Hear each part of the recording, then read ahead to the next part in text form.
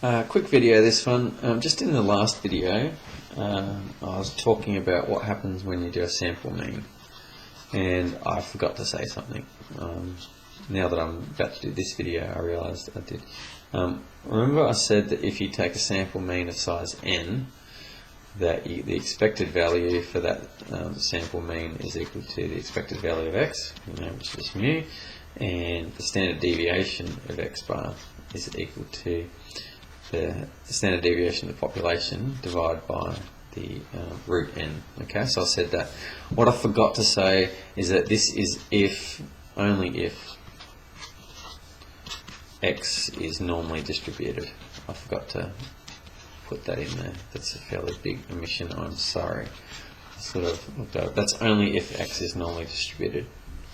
So go back to that last video, make sure that that's only if that's normally distributed. But what this video I'm saying is that this actually doesn't matter at all. I'll just explain what I mean. So that's the last video. Please make sure that's clear. Only if x is normally distributed. Let's have a look what happens if x is not normally distributed. So if x is not normal. So let's say you've got some function. Let's say that's normal, yeah. A bell-shaped curve is normal. What happens if it's that, or what happens if it's this? What if it's what if it looks like this? So again, this is like your mu here. Okay. Now, what happens to the sample mean? And what I'm going to talk about is the central limit theorem. And what happens if you take sample means of each of these things? It doesn't matter what the distribution is. If you take a sample mean for each of these, a wonderful thing happens, is that they turn into bell-shaped curves. Each of these, doesn't matter what it starts out as, even this weird looking thing here, if you take sample means and the sample size is large enough, then each of these distributions will turn out to be normal. And this is fantastic because here, can you calculate probabilities of this distribution function? No, you cannot. Can you do this one? No, you cannot. We can't calculate probabilities of any of these things because we don't know the distribution. Okay, well, you could if you knew the function, but I'm talking about if you had just some sort of random distribution that you wasn't sure what it was. We can't calculate probabilities here. No. But if you take the sample mean, then we end up with something that is normal. And yes, we can calculate probabilities. Yes. So this is a good thing. So what the central limit theorem says,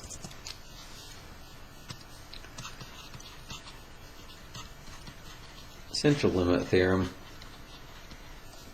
says that if you have any random variable x, then x bar is normally distributed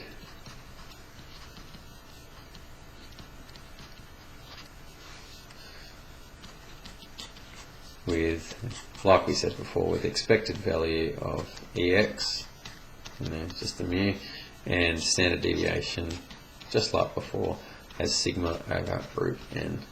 Then x bar when you take the sample mean. It's normally distributed with that. And that's the central limit theorem. And that's if n is big enough.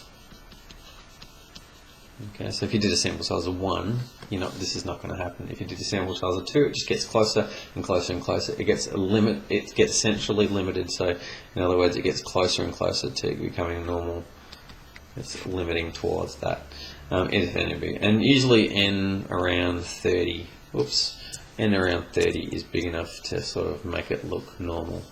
And that's the central limit theorem. I'm not going to do any examples of this. Basically, you'll get questions where it says, x is a random variable, blah, blah, blah, blah, blah. Find the probability of the sample mean. And the sample mean is the sort of the clue. If you see sample mean written in the question, or you see NZ, something like that, that's your clue to take the sample mean to calculate these values here. and to use those as your probability using a normal standard distribution. So that's nice and easy. I'm not going to do a question on that. It's basically just, it gives you license to use Z statistics probability so that you can just calculate any probability you want. It's licensed to do whatever you want. Everything is normal. Yay! See you in the next video.